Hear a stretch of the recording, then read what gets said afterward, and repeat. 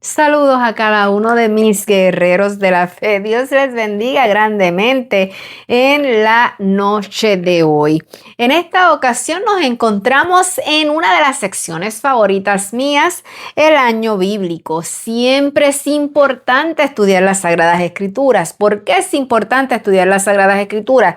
Si usted quiere mantener su mente activa, su mente aprendiendo, si usted quiere adquirir sabiduría, si usted quiere vivir correctamente en esta tierra, usted tiene que obligatoriamente estudiar las Sagradas Escrituras. No hay de otra. Y va a ver que según usted se vaya envolviendo en el estudio de las Sagradas Escrituras, usted se va a hacer un fan de eso y van a disfrutar la experiencia y se van a enriquecer tanto que no van a poder detenerse. Así que estamos en el año bíblico en esta ocasión, estudiando el Evangelio de San Lucas. Y en esta noche vamos a estudiar San Lucas capítulo número 20. Vamos a ver qué nos tiene que decir las Sagradas Escrituras y qué podemos aprender.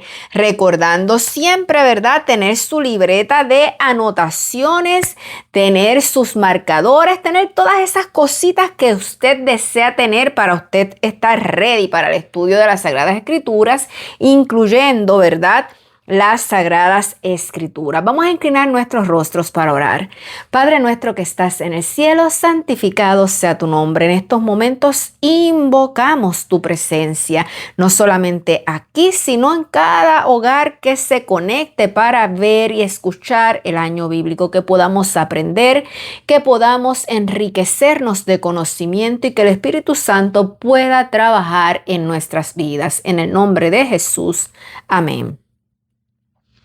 Cuando estudiamos el capítulo 20 de San Lucas, ya vimos ayer que ¿qué sucedió ayer? Jesús hizo la entrada triunfal a Jerusalén. Así que vamos a ver ahora qué sucede en el capítulo número 20. En el capítulo número 19 también vemos la conversión de Zaqueo, cómo Zaqueo se convierte y cómo Zaqueo entrega su vida a Cristo Jesús. En el capítulo número 20 dice así: sucedió un día que enseñando Jesús al pueblo en el templo y anunciando el evangelio, llegaron los principales sacerdotes y los escribas con los ancianos y le hablaron diciendo: dinos, ¿con qué autoridad haces estas cosas? ¿O quién es el que te ha dado esta autoridad? Respondiendo Jesús les dijo: os haré yo también una pregunta. Respondedme, ¿el bautismo de Juan era del cielo o era de los hombres? Entonces ellos discutían entre sí diciendo: si decimos del cielo, dirá: ¿por qué pues no le creísteis? Y si decimos de los hombres, todo el pueblo nos apedreará, porque están persuadidos de que Juan era un profeta. Y respondieron que no sabían de dónde fuese. Entonces Jesús les dijo: yo tampoco os diré con qué autoridad hago yo estas cosas.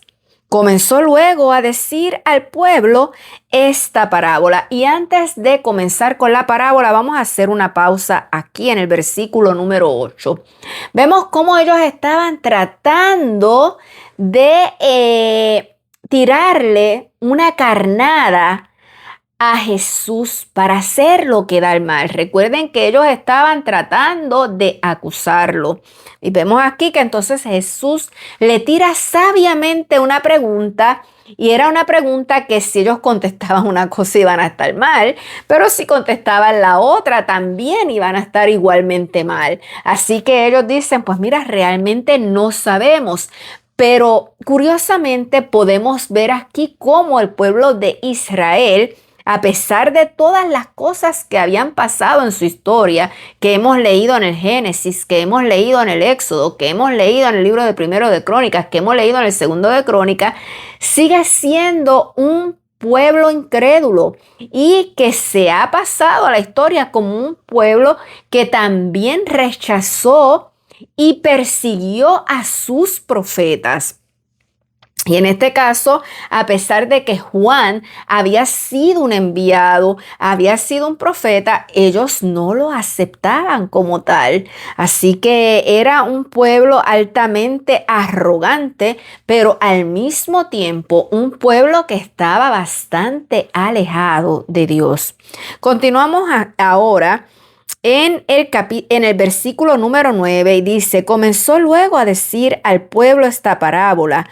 Un hombre plantó una viña, la arrendó a labradores y se ausentó por mucho tiempo. Y a su tiempo envió un siervo a los labradores para que le diesen del fruto de la viña. Pero los labradores le golpearon y le enviaron con las manos vacías. Volvió a enviar a otros siervos, mas ellos a este también golpeado y afrentado le enviaron con las manos vacías. Volvió a enviar un tercer siervo, mas ellos también a este echaron fuera herido. Entonces el señor de la viña dijo: ¿qué haré? Enviaré a mi hijo amado. Quizás cuando le vean a él, le tendrán respeto. Mas los labradores, al verle, discutían entre sí diciendo: este es el heredero. Venid, matémosle, para que la heredad sea nuestra. Y le echaron fuera de la viña y le mataron. ¿Qué pues les hará el señor de la viña? Vendrá y destruirá a estos labradores y dará su viña a otros. Cuando ellos oyeron esto, dijeron: Dios nos libre. Pero él mirándolos dijo: ¿qué pues es lo que está escrito? La piedra que desecharon los edificadores ha venido a ser cabeza del ángulo. Todo el que cayere sobre aquella piedra será quebrantado, mas sobre quien ella cayere le desmenuzará. Y vamos a hacer una pausa aquí. Cuando Dios estaba hablando, ¿verdad?, del hombre que plantó una viña y envió un siervo y envió al otro siervo, ¿a qué se refería Jesús cuando hablaba eso? ¿Quién era el hombre que había plantado la viña? El hombre que había plantado la viña era el Padre, era Dios. Envió un siervo y el pueblo, y ese pueblo lo rechazó. Envió otro siervo a los labradores, pero tampoco lo quisieron recibir. ¿Quiénes eran esos labradores a quienes se le había arrendado la viña? Esos labradores era precisamente el pueblo de Israel. Esos labradores era precisamente esos que estaban buscando entregar a Cristo. ¿Y quiénes eran los siervos? Cada profeta que se le envió, al cual ellos habían rechazado. Finalmente, ese señor envía a su hijo, porque dice: a todos los siervos han rechazado. O sea, a todos los profetas que yo he enviado, esta gente, estos labradores lo han rechazado. Vamos a enviar entonces a mi hijo. ¿Quién era el hijo? Era Jesús. Mas aún al hijo, entonces ellos lo persiguieron para matarle, porque decían: este es el heredero y tenemos que salir de él. Entonces ese hijo representaba a Jesús, el cual en ese momento ellos estaban persiguiendo para entregarle y para planificar la muerte y la destrucción de él. Por eso también Jesús dice: ay de ellos Cuando continuamos en el versículo número 19, dice así: procuraban los principales sacerdotes y los escribas echarle mano en aquella hora, porque comprendieron que contra ellos había dicho esta parábola. Así que ellos sí entendieron el significado de la parábola. Ellos la entendieron, pero ¿qué hicieron? En lugar de arrepentirse, entonces planificaron aún más echarle mano para matarlo. Pero temieron al pueblo y acechándole enviaron espías que se simulasen justos a fin de sorprenderle en alguna palabra para entregarle al poder y autoridad del gobernador. Y le preguntaron diciendo: Maestro, sabemos que dices y enseñas rectamente y que no haces acepción de persona, sino que enseñas el camino de Dios con verdad. ¿Nos es lícito dar tributo al César o no? Y nuevamente con esa pregunta querían comprometer a Jesús, porque ellos eran tal cual Jesús les había llamado. Eran personas hipócritas que decían las cosas tratando de crearle una trampa a Jesús. En el versículo número 23, él dice: mas él, comprendiendo la astucia de ellos, les dijo: ¿por qué me tentáis? Mostradme la moneda. ¿De quién tiene la imagen y la inscripción? Y respondieron: de César. Entonces les dijo: pues dad a César lo que es de César y dad a Dios lo que es de Dios. Hago una pausa aquí porque entiendo yo que yo tengo una moneda de ese entonces.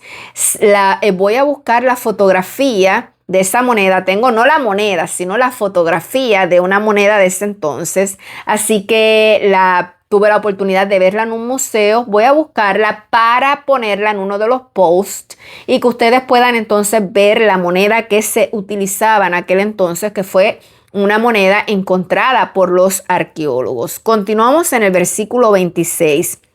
Y no pudieron sorprenderle en palabra alguna delante del pueblo, sino que maravillados de su respuesta, callaron.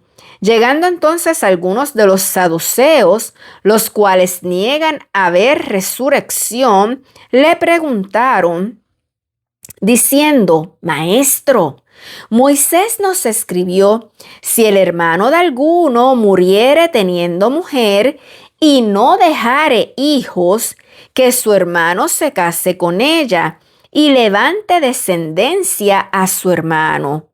Hubo pues 7 hermanos, y el primero tomó esposa y murió sin hijos, y la tomó el segundo, el cual también murió sin hijos.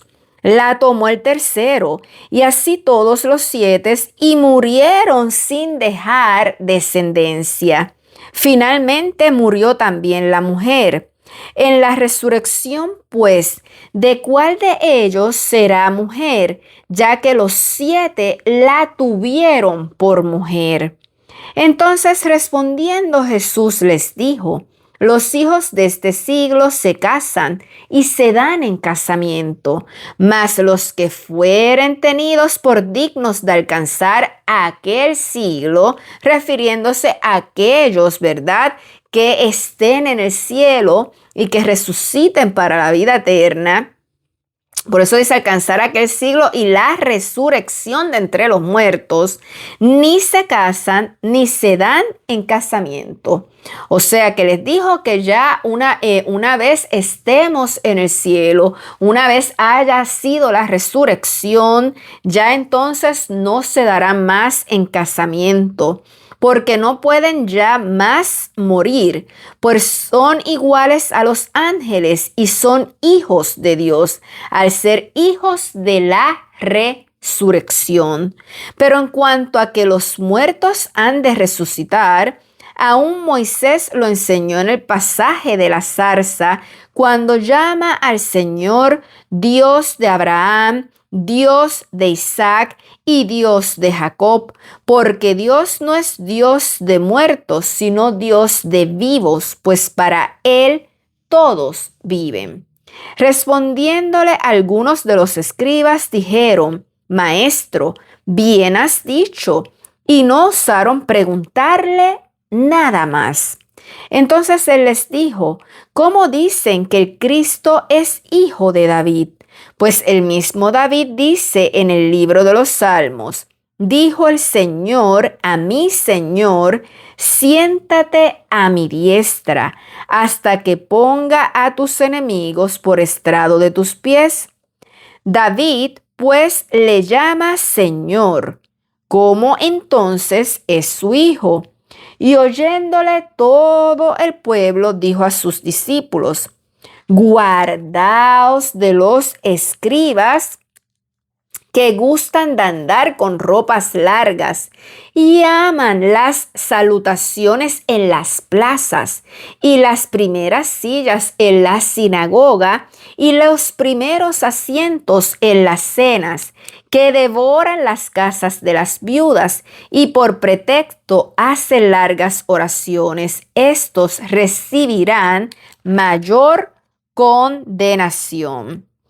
O sea que vamos a repetir esta parte. Y oyéndole todo el pueblo, o sea que quien estaba oyendo a Jesús en ese momento, todo el pueblo, él dijo a sus discípulos: guardaos de los escribas, que gustan de andar con ropas largas y aman las salutaciones en las plazas y las primeras sillas en la sinagoga y los primeros asientos en las cenas, que devoran las casas de las viudas y por pretexto hacen largas oraciones. Estos recibirán mayor condenación. Ahí en estos dos versículos, él está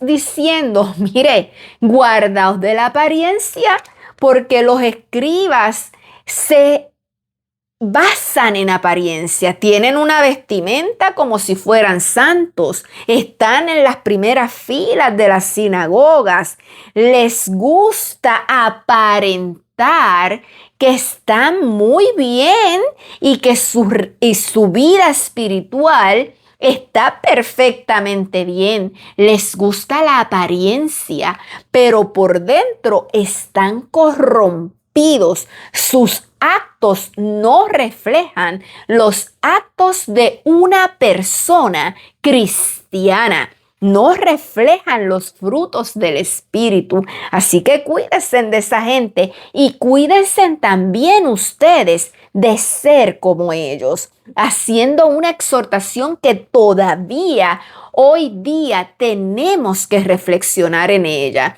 ¿Por qué? Porque no podemos vivir aparentando tener una vida de perfección y de cristianismo, pero por dentro estar podridos, porque Dios conoce tu corazón, Dios conoce tu mente, Dios conoce tus pensamientos. A Dios tú no lo vas a poder engañar.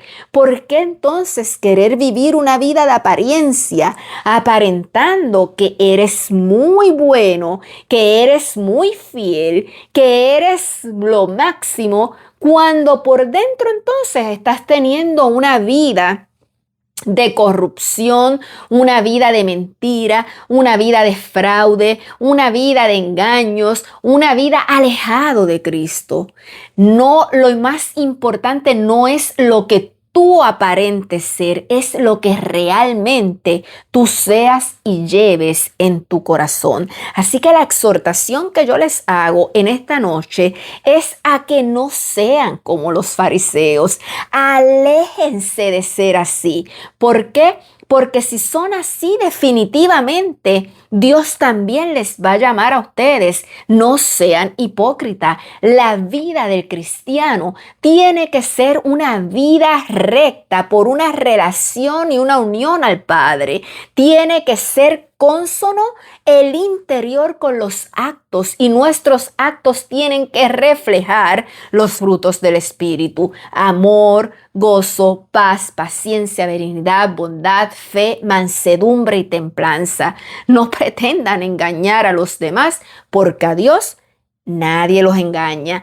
Antes de acostarte hoy, antes de orar, hazte un X-ray de ti mismo, cómo tú eres como cristiano. Y entonces entrega una oración al Padre, confiésate ante el Padre y pídele al Padre que por medio del Espíritu Santo transforme aquellas cosas de tu carácter y de tu vida que deberían ser transformadas. Dios me los bendiga grandemente y vamos a inclinar nuestros rostros para orar. Padre nuestro que estás en el cielo, en estos momentos, oh mi Dios, pedimos tu santa y tu divina bendición sobre nosotros, sobre todas las personas que vean este tema y sobre el pueblo venezolano que está pasando por una situación muy difícil en este momento. No los desampares, Padre, no los dejes solo, que se puedan encontrar la mayoría de las personas con vida. Envía ángeles para que los protejan. Líbranos del mal, échanos tu bendición en el nombre de Jesús. Amén. ¿Qué les puedo decir? Continuemos orando por el pueblo venezolano, continuemos orando por nuestros hermanos que están en necesidad y que la paz de Dios reine en sus corazones, que puedan tener un feliz descanso y que mañana al levantarse puedan dar las gracias al Padre por la oportunidad de un nuevo amanecer. Dios les bendiga y que tengan buenas noches.